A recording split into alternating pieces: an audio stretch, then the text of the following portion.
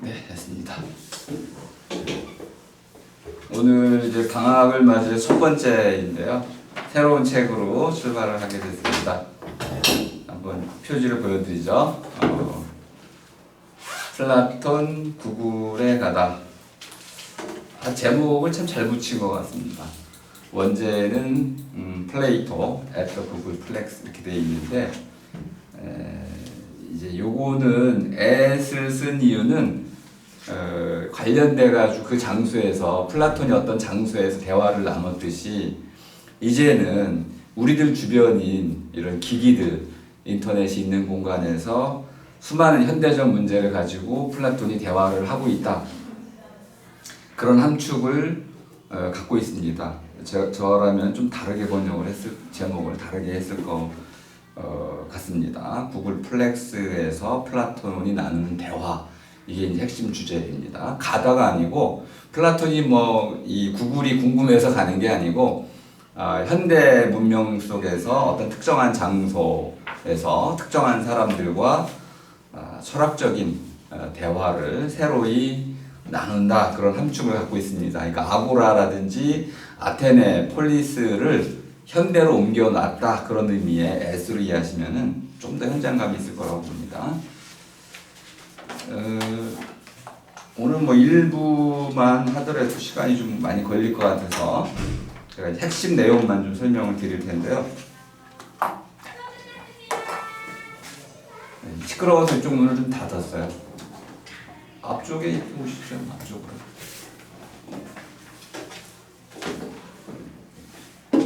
제가 하는 일은 주로 이제 우리말을 가지고 학문을 하는 겁니다. 쉬운 우리말로 바꿔주는 게 목표인데요. 11쪽에 보면 자, 플라톤이 왜 중요한가요? 두 번째 줄 철학이라는 분야 자체를 개척했다. 물론 플라톤이 철학을 다 한 건 전혀 아니죠. 첫 번째 철학이란 말은 우리에게 많은 어려움을 주는 낱말입니다. 필로소피아라는 원어는 필리아라는 것은 사랑의 한 종류입니다. 에로스는 내가 추구하는, 내가 갖고 있지 못한 어떤 것을 추구하는 사람. 그러니까 좀 도전적이고 뭔가 모르는 것에 대한 모험심이 있고 또 그것을 소유하고자 하는 강한 열망이 있는 이런 종류의 사람. 이건 에로스입니다. 화살을 갖고 있죠. 목표가 있고 관역을 향해서 돌진합니다. 반면에 이제 아가페라는 것은 나눠주는 사랑이죠. 내가 갖고 있는 모든 것을 대가 없이 아낌없이 주는 사랑. 요거는 아가페입니다. 신적인 사랑, 부모의 사랑. 하지만 어린아이도 지 먹던 거 그냥 다 넘겨주죠. 그러니까 아가페라는 인간의 보편적인 사랑의 한 방식입니다. 그리고 이제 필리아라는 사랑을 얘기하고 있는데 필리아라는 것은 내가 갖고 있는 거예요. 근데 내 안에 있는 경혜 씨가 아름답다. 더 아름다워지고 싶은 사람. 내가 갖고 있는 가능성을 더 잘 발휘하고 싶은 그런 종류의 사람. 그러니까 갈고 닦아 나가는 거와 연결되어 있네요. 어떤 것을 떼어나고 뛰어나게 만들고자 하는 그러한 마음. 그걸 우리가 도라고도 합니다. 도심. 그죠? 하늘이 나에게 명령한 어떤 길이 있죠. 그 길을 따르겠다는 그것도 제대로 그 길을 좀 가겠다는 사람다운 사람이 되겠다는 이러한 바람. 이것이 바로 필리아입니다. 그러니까 이걸 이제 그 학이라고 했으니까 좀 다르네요. 학은 그냥 배우는 거죠. 우리가 이제 그 검정물에다가 화장지를 이렇게 묻히면 물이 이렇게 배 들어오죠. 그러니까 배 들어오게 하는 거, 여자가 아이를 베는 거, 이게 다 배움입니다. 그러니까 남자의 사랑을 받아들이는 게 배움이네요. 그러니까 배우다라는 것은 바깥에 있는 어떤 것을 자기 안으로 받아들여서 그것이 잘 자라도록 하는 것. 그러니까 무르익도록 하는 것. 이것이 배움입니다. 배우고 나면 그 다음에 익히는 거죠. 익힌 다음에는 그것을 써먹는 거죠. 그러니까 배움과 익힘과 그것을 실천하는 과정이 쭉 연결이 되는데 아까 얘기한 대로 필리아는 그런 배움이 아니네요. 내게 주어진 것을 칼고 닦는 거였습니다. 방향이 좀 잘못됐습니다. 학이라고 번역한 건 좀 잘못 번역이 됐다고 볼 수 있고요. 그럼 철이라는 건 뭐냐? 철은 우리 전통에서는 좀 맥락이 좀 다릅니다. 재판관의 판관의 덕목을 말하는 거죠. 선생님은 잘 가르쳐야겠죠. 학생은 잘 배워야 되고, 장사꾼은 물건을 잘 팔아야 되고, 정치인은 올바른 길로 국민을 이끌어야 됩니다. 어제 뭐 터키에 뭐 그 쿠데타가 일어나고 프랑스 니스에서 아주 끔찍한 사건들이 일어나고, 정말 이런 일들을 우리가 보면서 21세기의 이제 어떤 조짐들을 많이 보게 됐습니다. 과학이 기술이 질주하는 시대에 거기에 쫓아가지 못하는 종교와 도덕 그리고 문화는 끊임없는 충돌을 불러일으킬 수밖에 없습니다. 인간은 합리적인 동물만은 아닌 거죠. 감정과 충동 또는 수많은 편견 이런 것에 사로잡혀 있습니다. 철이라는 것은 이런 재판관이 옳고 그름을 가를 때 가져야 하는 어떤 품성을 말하는 거죠. 단호해야 되고 지혜로워야 되고 세상 물정을 잘 알아야 되는 것이고, 이게 바로 철입니다. 근데 소피아라는 것은 서양의 여자 이름에 많이 있죠. 소피아라는 것은 지혜라는 뜻입니다. 근데 이 소피아의 의미의 지혜는 좀 독특한 지혜입니다. 두 가지 차원이 연결되어 있는데요. 세속적으로 우리가 삶을 어떻게 살아가야 되나요? 성공적으로 잘 살아야겠죠. 그럼 돈 벌어야 되고 공부 잘해야 되고 좋은 남자 만나야 되고, 그런 다음에는요, 뭔가 가치 있는 삶을 살아야겠죠. 그 가치는 누가 전해주나요? 스스로 깨닫게 되는데, 스스로 깨달을 때 깨닫게 해주는 게 바로 신이라고 봤어요. 고대 그리스에는 다 신이죠. 그죠? 여신, 남신, 뭐 수많은 신들이 있고, 그 신들이 영역들을 주관합니다. 바다에도 있고, 하늘에도 있고, 땅에도 있고, 지하에도 있고, 숲에도 있고, 수많은 신들이 있어서 그 지역에 갈 때마다 신에게 지혜를 구해야 됩니다. 어떻게 살아야 되는지, 어떻게 생존하고, 어떻게 보다 나은 삶을 살 수 있는지 끊임없이 신에게 물어야 됐던 것이죠. 이게 바로 신에게 간구해서 얻게 되는 진리, 이것이 바로 지혜, 소피아였습니다.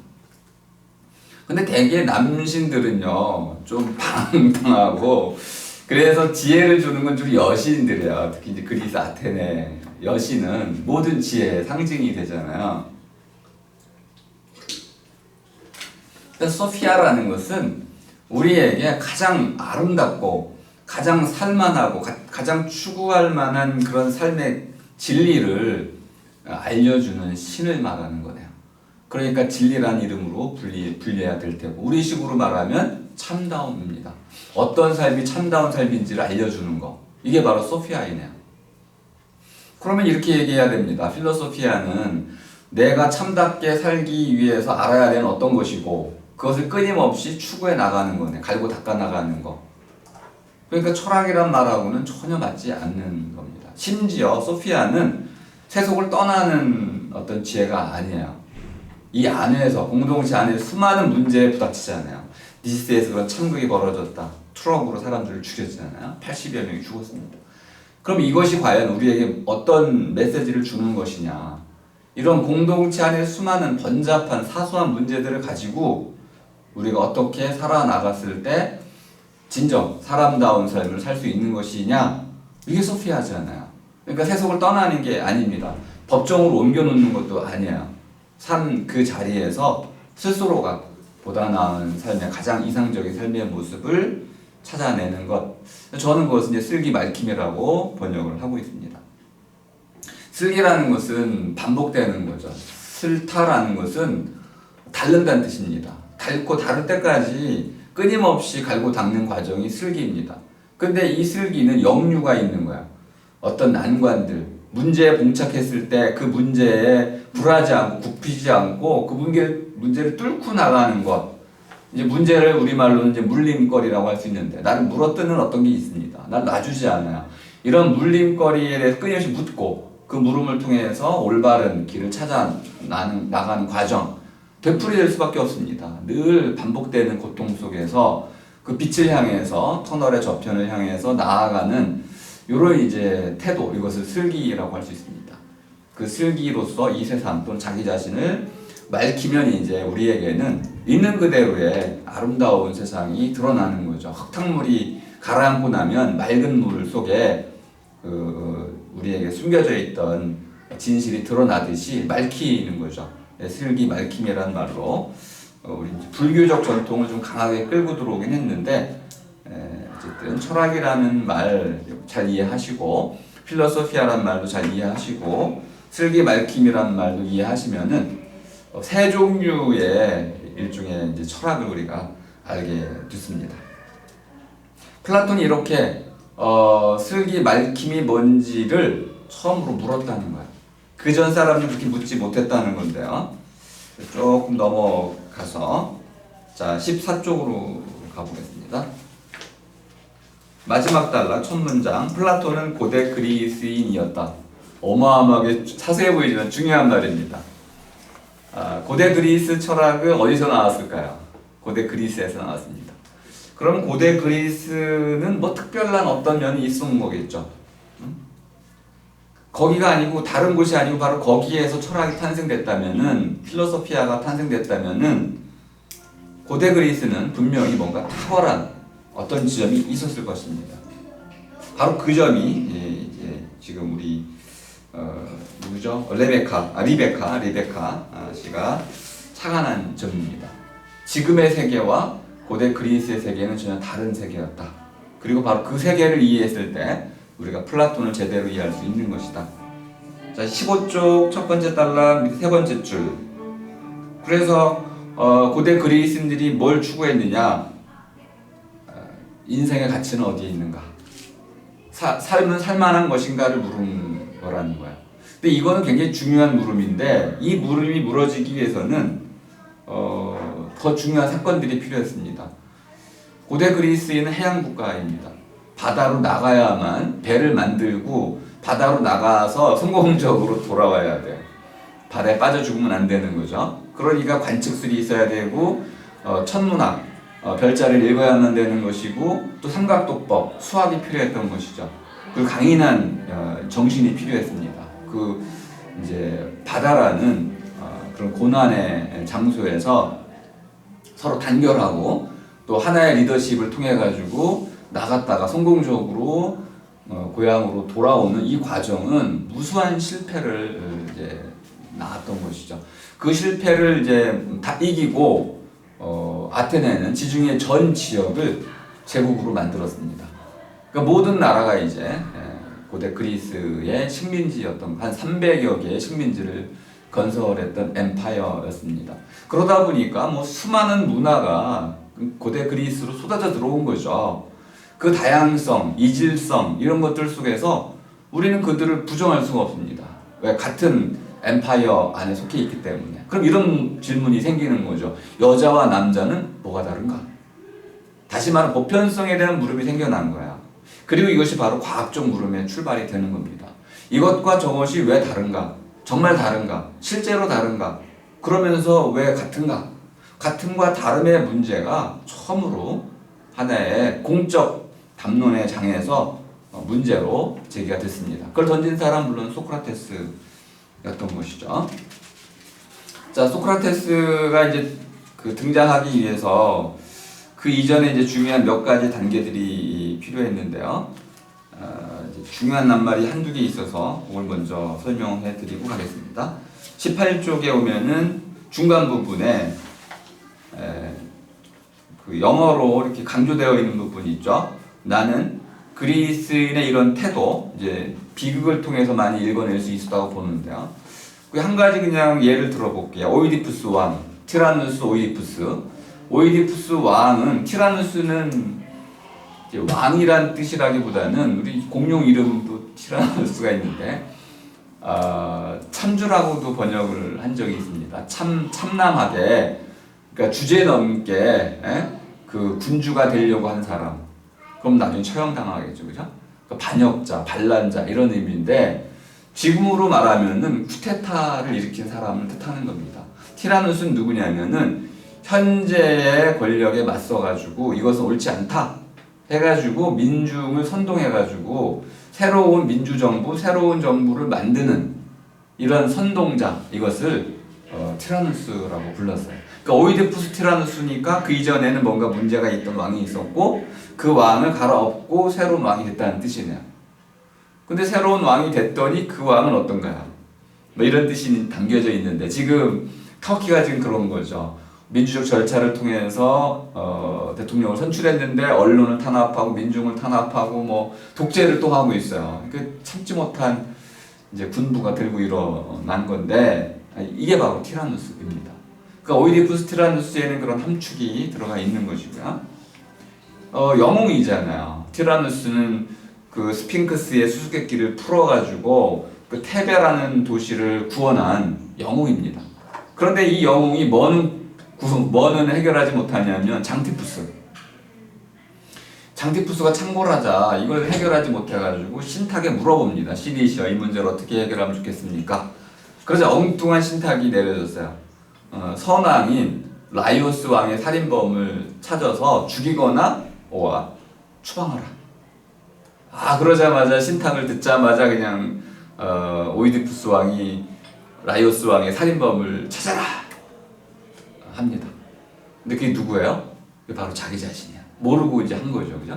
라이오스 왕이 자기 아버지였는데 어쨌든 이러한 막장 드라마 같네, 이제 말도 안 되는 이러한 막장 드라마를 통해 가지고 그 위대한 오이디푸스 왕이 그것도 공동체를 구원하기 위해서 자기의 이런 희생적 결단을 통한 그 선택으로 말미암아서 자기가 몰락하는 영웅의 몰락을 지금 그리고 있잖아요. 그러니까 트라게디라는 이 말은 비극이 아닙니다. 희생극이라는 뜻이야. 영웅만이 할 수 있는 거죠. 영웅만이 뭘 할 수 있으니까 내 목숨을 바칠 수 있는 거야. 그게 바로 영웅이야. 영웅은 신과 달리 신은 자기 목숨을 바칠 수가 없습니다. 왜? 신은 죽을 수가 없기 때문에. 근데 영웅은 늘 찬미의 대상이 됩니다. 신은 찬미한 적이 없어요. 그리스인들이. 신은 경외의 대상이긴 한데 주로 두려움의 대상이었어요. 그래서 이렇게 기도했습니다. 신이셔 제발 나에게 오지 마소서. 공포의 신이었거든. 그런데 영웅은 찬미합니다. 왜? 영웅이 없으면 공동체는 무너지니까. 영웅은 바로 왜 영웅이 되냐면 헤로인의 어원이 되는 말입니다. 헤로인 먹으면 죽을 짓 막 하잖아요. 이게 죽음을 무릅쓰고 공동체를 위해서 자기를 희생하는 자, 그 영웅인데 우리말로는 꽃뿌리 영자를 씁니다. 이렇게 이제 우리 그 화관을 이렇게 쓸 정도로 공동체 칭송을 받는 자가 영웅이에요. 근데 그는 죽어야 되는 거죠. 그러니까 모든 영웅 신화는 다 죽어야 됩니다. 배트맨도 죽어야 되고 슈퍼맨은 안 죽을 것 같은데 슈퍼맨도 죽겠죠, 그죠? 모든 영웅은 죽음으로써 결말이 나야 됩니다. 그래야만 칭송, 흰멸하고 말하는 칭송을 받을 수 있는 거죠. 이것이 바로 이제 그리스 희생극의 아주 중요한 모티프입니다. 영웅이 바로 공동체를 구원하는 자이다. 그러면 그 다음 문장 금방 이해할 수 있습니다. 나는 그리스인의 이런 태도를 비범함의 에토스라고 부르고자 한다. 그럼 딱 이해되시죠? 비범함이 뭡니까? 영웅을 말하는 거네요. 엑스트라 했지만 이건 뛰어나다, 이거 넘어간다 이런 뜻입니다. 바깥에 있다.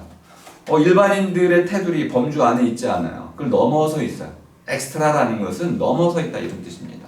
ordinary, 이거 일상을 얘기하는 거죠. 나날살이, 평범한 사람들을 뛰어넘어선 그런 삶, 영웅이죠.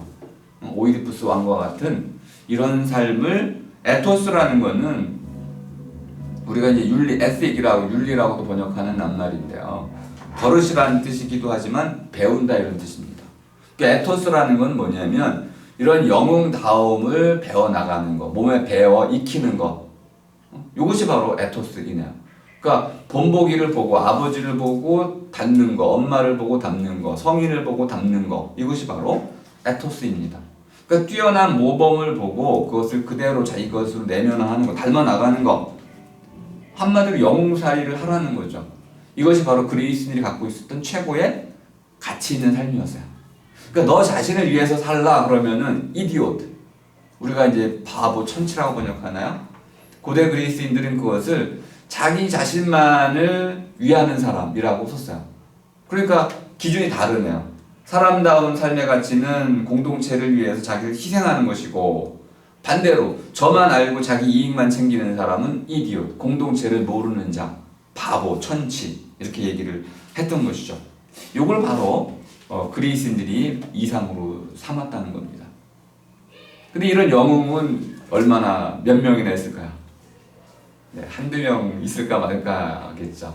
그러니까 플라톤이 바로 이러한 영웅을 모범으로 삼아서 철학을 했으니 플라톤 철학은 당연히 이해하기가 어렵겠네요. 요런 이제 그리스 문화 또는 시대를 이해했을 때 플라톤 철학도 좀 잘 이해할 수 있겠다. 19쪽으로 오면은 이제 플라톤과 이제 소크라테스의 관계는 여러분이 좀 아실 겁니다. 소크라테스 70살 때 아르기누스 법정에서 사형 선고를 받고 독배를 마시고 죽습니다. 그 변명이 아폴로기아를 우리가 변명이라고 번역을 했지만 변론이라는 뜻입니다. 법정에서 하는 자기 변론, 이게 아폴로기아죠. apologize 하면은 죄송합니다, 용서해 주세요 이런 거죠, 그죠? 내가 어떤 짓을 했는데 그걸로 누군가 고소를 했어요. 난 무죄입니다. 소크라테스는 아테네 청년들을 타락시켰다는 죄로 고소를 당했습니다. 그리고 하늘에 있는 해와 달과 별을 관찰한 죄, 신성모독죄로 이제 그 신성모독에 대한 그 형벌은 사형입니다. 그러니까 우리가 생각하는 하늘의 별과 해를 관찰했다는 것은 예사로운 사건은 아니었네, 그죠? 이렇게 신성모독의 죄와 아테네 청년들을 타락시켰다는 죄목으로 사형 선고를 받게 됩니다. 그런데 뭐 아시겠지만은 그 당시 소크라테스가 갇혀있던 감옥이라는 게 그냥 동굴이에요. 그러니까 얼마든지 빠져나올 수가 있습니다. 가치는 이렇게 뭐 간수가 있긴 한데 돈으로 다 매수가 됐었고, 근데 플라톤은 그 동굴에서 장엄하게 독배를 받아들고 독약을 마시고 최후를 맞이합니다. 근데 바로 그 장면이 20대의 플라톤에게 엄청난 충격을 주게 됩니다. 그리고 바로 이 그리스 극작가가 되고자 했던 플라톤을 철학으로 완전히 바꾸게 되는 그런 이제 전환점이 되는 것이죠. 근데 소크라테스가 했던 말은 뭐냐면 배부른 돼지가 되라고 가르친 적이 없잖아요. 배고픈 소크라테스가 되라 이렇게 얘기했던 건데 그 문장이 나옵니다. 19쪽 밑에서 5번째 줄. 성찰하지 않는 삶은 살 가치가 없다. 근데 성찰은 이게 불교 용어입니다. 성이라는 것은 깨어있다는 뜻입니다. 찰이라는 건 살핀다는 거죠. 잠자는 사람이 자기를 살필 수 있나요? 잠자면서 꿈을 꾸면서 자기를 살필 수는 없겠죠. 깨어있는데 술 취한 데 깨어있으면 자기를 살필 수가 없습니다. 몽롱하게 또는 쥐뿔 아는 것이 하나도 없으면, 지식도 없으면, 세상이 돌아가는 원리도 모르면 자기를 성찰하는들 제대로 하겠어요? 그러니까 깨어있는 살핌을 얘기하는 것인데, 여기서 말하는 성찰은 단계가 있습니다. 감각의 단계, 우리 이제 몸으로 느껴서 하는, 보고 듣고 하는 단계에서 깨닫는 게 있고, 두 번째는 생각을 통해서, 그죠? 스스로 생각해보면 알 수 있잖아요. 마지막 단계는 뭘까요? 신이 알려주는 그러한 진리의 바탕에서, 그러니까 원리적인 이런 성찰을 하는 것, 요것이 바로 성찰입니다. 그러니까 성찰이라는 것은 진리의 바탕에서 어떤 문제를 깨닫는 것, 그러니까 진리를 바라보는 것이 바로 성찰이네요. 여기 이렇게 이제 소크라테스 영향을 받았다는 거하고, 한 문장을 또 설명을 드리죠. 25쪽 마지막 문장. 제가 이제 후회와 시간이라는 책을 쓴 적이 있는데, 후회와 시간이라는 책이 굉장히 이 정도 두꺼운 책입니다. 그런데 거기에 그 주요한 모티프가 바로 이 문장입니다. 철학이라는 것은 죽음을 예비한다고 이제 플라톤이 썼는데, 준비라고 예비입니다. 미리 준비해 두는 거. 그런데 이 말이 나오는 대목이 중요해요. 에르 이야기라는 것인데, 에르는 청년 이름입니다.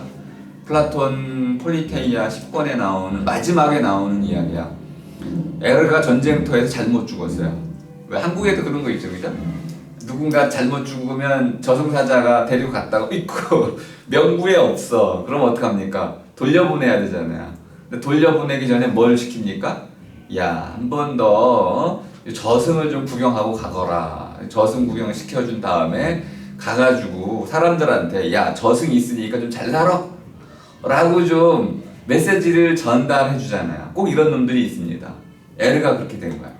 죽어가지고 갔더니 명부에 이름이 넌 아직 지금 오면 안 되는데 다시 돌아가라. 돌아가기 전에 제발 좀 지옥과 천국이 있다는 것을 사람들에게 알려주라. 그래가지고는 지옥과 천국을 구경시킨 뒤에 10일 만에 다시 환생하는 이야기입니다. 근데 플라톤이 이 이야기를 되게 들었다고 그래요. 그럼 오늘날 식으로 얘기해 볼까요? 오늘날 식으로 얘기하면은 임사체험자들이죠. 죽었다가 살아난 사람들. 이 보고가 꽤 있습니다. 간단한 실험을 하나 소개할까요? 우리 중환자실이 있습니다. 그럼 사람들이 막 오면은 이제 심장마비 환자들 같은 경우 5% 정도는 다시 삽니다. 이렇게 우리 이제 그 심폐소생술 등을 통해 가지고 한 5% 정도가 살아나요. 근데 이 사람들이 아주 독특한 얘기를 하는 거야. 내가 살아났는데 내가 죽었을 때 보니까 경현 씨가 의사인데 무슨 파란색 가운을 입고 와가지고는 이분 살려야 돼 하고 막 해가지고 날 살려주던데 와가지고 고맙다고 그러는 거야. 당신 그때 죽어 있었는데 나를 어떻게 알아요? 내가 죽어 있을 때 당신을 봤거든요. 무슨 소리야? 이런 보고들이 많다 보니까 이제 한 그 의사가 실험을 한 거야. 이게 사실일까? 그래가지고 여기가 말하자면은 이제 그 중환자실입니다. 그리고 위에 선반을 하나 두고 선반 위에다가 신문을 하나 올려놨어요. 그리고 이 신문은 사람들이 읽지 않는 그런 신문입니다. 그리고 어떤 사람이 살아났다고 말하는 사람한테 당신 혹시 그 선반 위에 있는 신문 봤어? 물어본 거죠. 그랬더니 이 사람이 그 신문 얘기를 해주는 거야. 그럼 어떻게 되나요? 이게 좀 어려운 논의가 시작이 됩니다. 증명하기는 어려운 논의인데 어쨌든 부정하기도 어렵습니다. 근데 한 양자 이론 물리학자죠. 양자 물리학자가 그렇다면 내가 한번 의식이라는 것이 이 몸을 떠나서도 있을 수 있다는 걸 한번 증명해 보겠다. 양자 이론을 가지고 의식이 몸을 떠나서 있을 수 있다는 가설을 제기를 했습니다. 이것이 이제 현재는 그냥 가정 정도로 이해가 되겠지만은 모르죠. 저는 충분히 나중에 증명이 될 수도 있을 거라고 봅니다. 그러면 이제 우리의 의식이 우리 동철에서 하는 말들이 있잖아요. 혼, 백, 영 세 단계로 나누는 혼은 이제 백이라는 것은 우리 몸 안에만 있어요. 몸 밖으로 나갈 수 없는 거고요. 혼이라는 것은 몸 밖으로 나갔다가 들어올 수, 들락날락할 수는 있다는 거야. 근데 어쨌든 몸이 없으면 흩어져 버립니다. 혼은. 근데 영이라는 것은 이런 몸에 갇히지 않고도 사통팔단 소통할 수 있다고 예전에 얘기를 해줬어요. 그다음에 이런 식의 종교적인 이야기가 사실로 증명될 수도 있겠다. 우리는 모른다는 거 일단은 모르는데 이런 실험들과 이제 가정들 그리고 오래된 전통들을 종합해 본다면은 사후 세계가 죽음 뒤에 또 다른 세계가 있을 수 있다는 가능성이 완전히 부정될 수는 없는 것 같다. 이런 정도. 그러니까 플라톤은 이걸 실제로 믿고 그 얘기를 한 거죠. 환생을 얘기하게 됩니다. 환생하면 떠오르는 게 미이라잖아요. 그죠? 피라미드. 미이라 왜 만들었어요? 1000년 뒤에 되돌아온다는 거야. 내 몸으로. 내 몸이 썩으면 돌아와서 영혼이 돌아와서 환생할 수가 없으니까 영혼이 진짜 죽음을 맞이하냐 사라져버려. 그러니까 몸을 보존해야 되는 거죠. 1000년 동안 보존할 몸을 만들기 위해서 미이라가 필요했던 거죠. 얼마나 불편합니까? 미이라 썩잖아요 또. 그래서 이게 그리스로 오면서 어떻게 바뀌냐면은 그러면은 그 영혼이 어디로 들어가면 돼요? 신생아. 막 태어난 애 몸으로 들어가면 되잖아. 그럼 미이라 필요 없지. 그래가지고 천년왕국설을 그대로 받아들이고 환생을 받아들이고 윤회를 받아들이면서도 완전히 새로운 형태가 된 거죠. 미라 만들 필요 없이 새로 태어난 아이의 영혼 속으로 들어간다. 몸 속으로 들어간다. 기독교로 오면 이게 다시 바뀝니다. 이제 몸도 필요 없어. 그냥 그대로 환생할 수 있다는 거죠. 부활을 얘기하는 겁니다. 이런 이제 발전 단계를 이제 보이고 있는데, 자, 이렇게 윤회라는 관점을 플라톤이 받아들이고 나니까 영혼의 진리라는 개념을 쓸 수가 있어요. 영혼의 진리니까 영원의 진리가 가능합니다. 영혼이 죽지 않잖아요. 다시 환생 컴백하니까 영원의 진리가 가능하고, 그럼 영원의 진리는 변하지 않는 불변의 진리여야 되고, 이 세계, 우리가 살아가는 몸의 세계는 전부 변하니까, 그럼 이 영원의 세계는 어디에 있겠어요? 척이 있어야겠죠. 그래서 두 세계로 나누게 됩니다. 예를 감각의 세계라는 거하고 전 정신의 세계라는 것으로 나누어가지고, 이 세계는 끊임없이 변화하는 세계고 저 세계는 불변의 세계인데, 이 세계는 저 세계를 모방했다는 거예요. 그래서 이 세계는 저 세계보다 불완전하고, 반대로 얘기하면 저 세계는 완전한 세계다. 그 완전한 세계가 있고 불완전한 세계가 있고 정신의 세계가 있고 물질의 세계가 있고, 이렇게 이원론으로 플라톤이 이 세계의 변화를 설명하려고 했습니다. 그러면 저 세계가 있다는 걸 증명해야겠네요. 그게 플라톤 철학의 핵심이 되겠죠. 이 세계는 우리가 충분히 다 증명할 수 있습니다. 만지면 뜨겁다는 거 다 알 수 있기 때문에 증명이 가능하지만, 저 세계는 이런 방식으로 증명이 불가능해서 플라톤이 평생을 거쳐서 추상이라고 말을 한 건데, 이따 좀 설명을 드리겠습니다. 추상적 개념의 실제를 증명하는데 평생을 바친 거죠.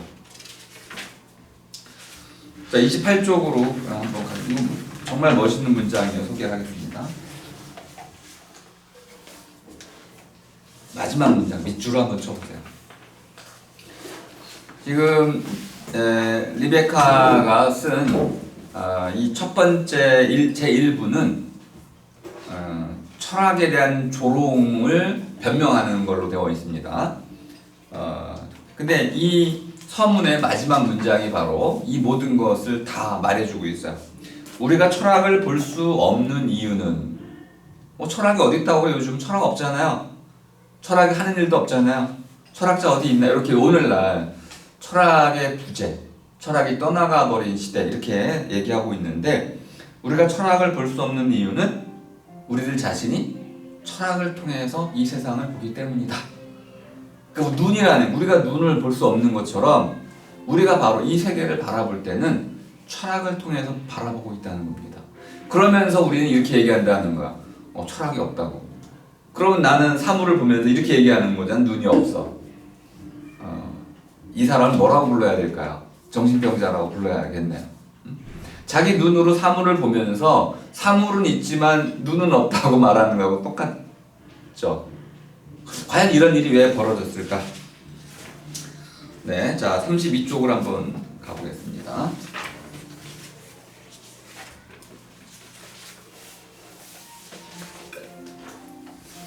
파스칼이 제안했던 사고 실험이라는 말을 쓰고 있는데, 32쪽 두 번째 단락 첫 문장, 철학이라는 것이 뭔지를 설명할 때 몇 가지, 5가지 정도의 이런 사고 실험을 통해서 철학이 이런 겁니다 라는 것을 보여줄 수 있다는 거예요. 첫 번째는 쌍둥이별 얘기죠. 쌍둥이별 얘기는 뭐 아주 간단한 얘기입니다. 여긴 지구에서 우리가 여기 있는 이걸 물이라고 부른다고, 물. 그런데 지구랑 똑같은 별이 다른 데 있어. 근데 우리 서로 소통을 못 합니다. 근데 거기에도 이게 있어. 물이 있어. 근데 그 사람들은 그것을 폴이라고 부른다는 거야. 우린 여기서 오면은 사람 이름으로 폴이라고 부르겠죠. 근데 우리가 이걸 물이라고 부르고 그들이 폴이라고 부른다고 해서 우리가 물을 이해하지 못하는 걸까요? 서로 이걸 다르게 이해하고 있는 걸까요? 아니면은 같이 이해하고 있는 걸까요?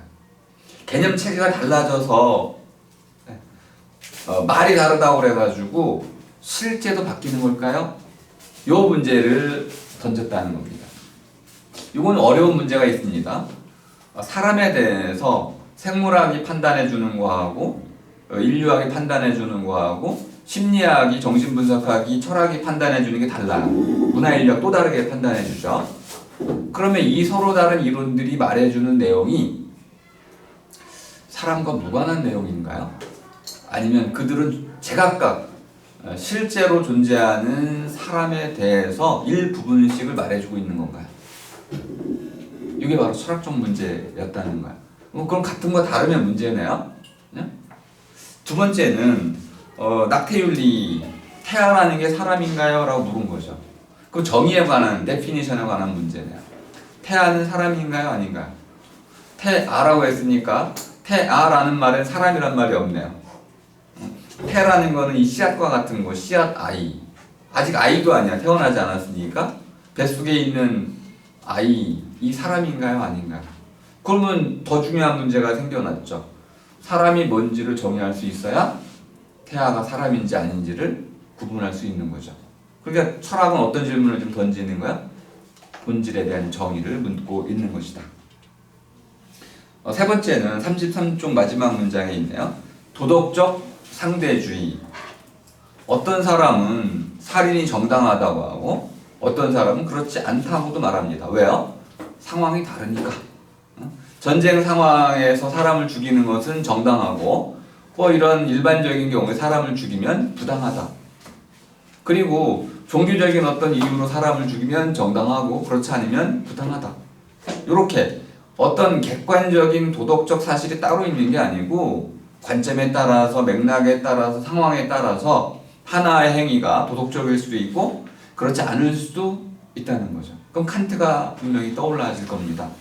의무론적 윤리설 이것이 과연 성립이 가능할까요? 사람은 반드시 도덕적으로 행동해야 되나요? 아니면은 경우에 따라서만 도덕적으로 행동해도 되나요? 이렇게 묻는 거죠. 그럼 과연 도덕이 뭔지를 또 묻게 되는 겁니다. 도덕의 본질. 결국은 계속 철학자들은 단순한 질문만 던지고 있네요. 도덕적 상대주의 논의를 할 때 뭐라고 물었습니까?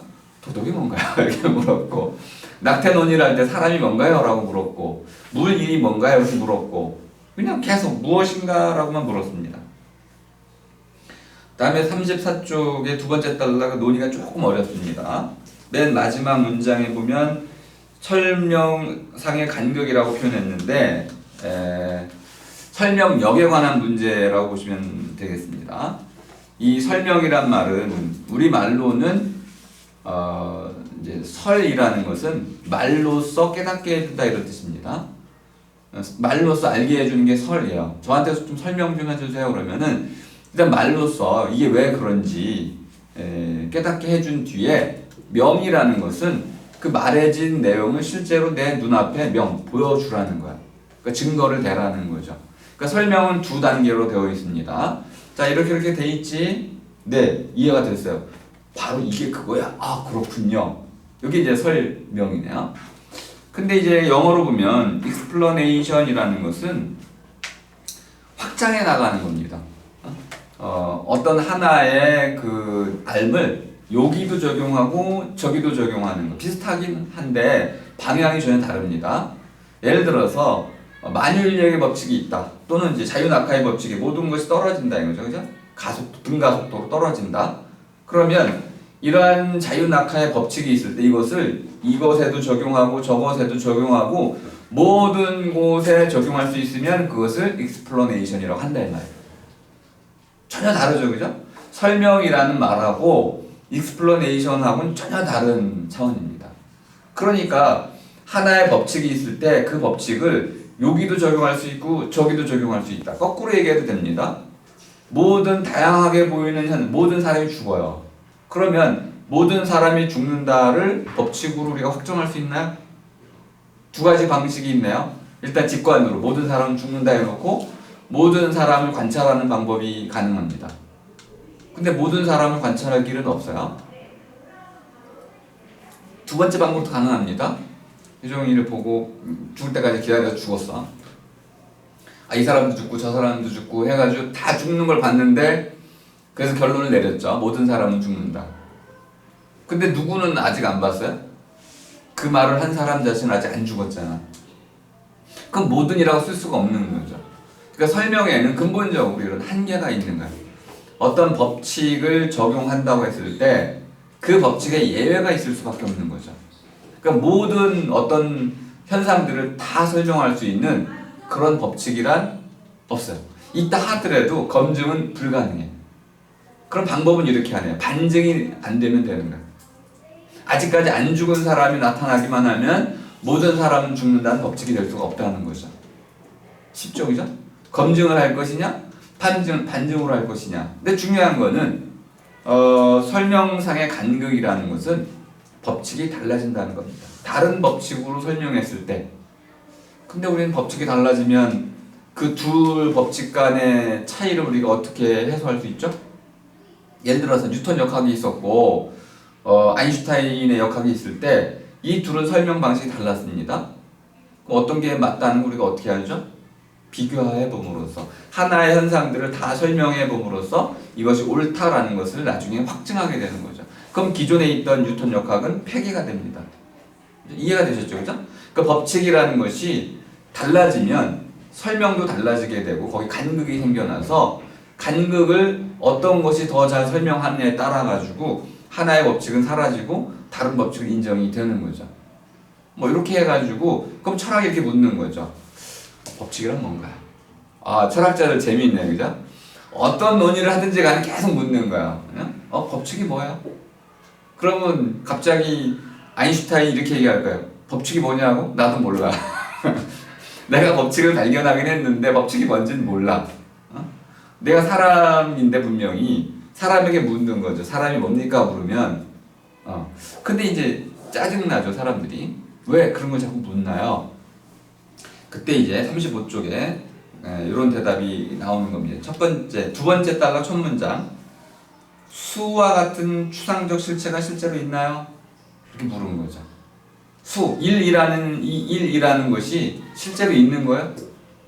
2가 실제로 있나요? 3은요? 이렇게 한번 물어볼까요? 1이 있고 2가 있는데 1은 하나인 것들의 집합이라고 정의를 내리겠습니다. 2는 두 개인 것들의 집합. 자, 요건 1이네요. 하나니까. 요거는 2가 됩니다. 두 개니까. 그러면 이제 자, 이 우주에 1이 더 큰가요? 2가 더 큰가요? 이렇게 물으면 처음에 2가 더 클 거라고 생각하지만 이 개수가 무한대이다 보니까 우리는 어떤 게 더 큰지를 알 수가 없어요. 그러니까 무한대에 무한이 있기 때문에 결국 우리는 수들 사이에 어떤 것이 더 큰 수라는 것을 정의 내리기가 어려워지는 거죠. 그래서 정의를 다시 내려. 2는 1보다 1만큼 크다. 그러면 이제 모든 논란이 해소가 됩니다. 어떤 게 큰 수인지 정해버린 거잖아요.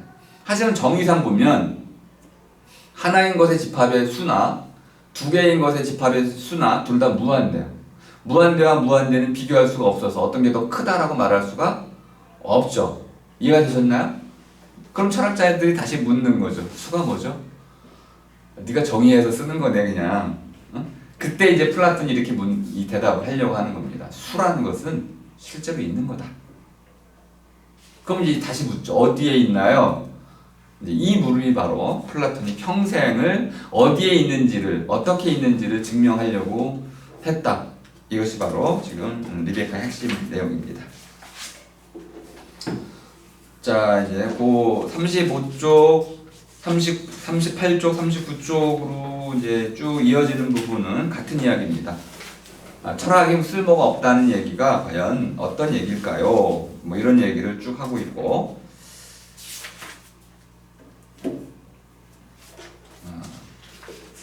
병에 11시가 다 됐는데.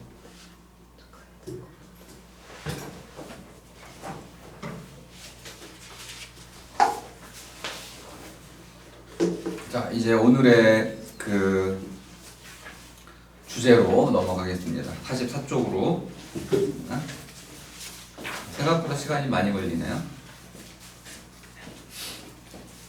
두 번째 단락, 두 번째 줄. 철학과 달리 경험과학은 발전한다. 철학은 발전하나요? 이게 이제 발전하지 않는다는 게 리베카의 생각이네요. 철학은 발전하지 않는다. 그래서 철학이 필요하다고 지금 말하고 있는 건데요. 과학은 발전한다. 두 가지의 방식을 통해서 발전한다고 보고 있습니다. 첫 번째는 그 다음 줄, 그죠? 자기 수정. 실험을 통해서 자기 수정을 한다는 거죠. 검증해 본다는 겁니다. 다시 말하면은 내가 알고 있는 것이 옳은지 그른지를 스스로 검증해 가지고 이 정도는 옳고 이 정도는 옳지 않다라는 것을 수정해 간다는 거예요. 끊임없이 수정해 가니까 발전이란 말을 쓸 수가 있겠네요. 두 번째는 누군가가 반론할 수 있게 해준다는 거예요. 저 사람이 무슨 말을 했는지 내가 알아들었어. 그래가지고 그 알아들은 거에 바탕을 두고 반론을 한다는 겁니다.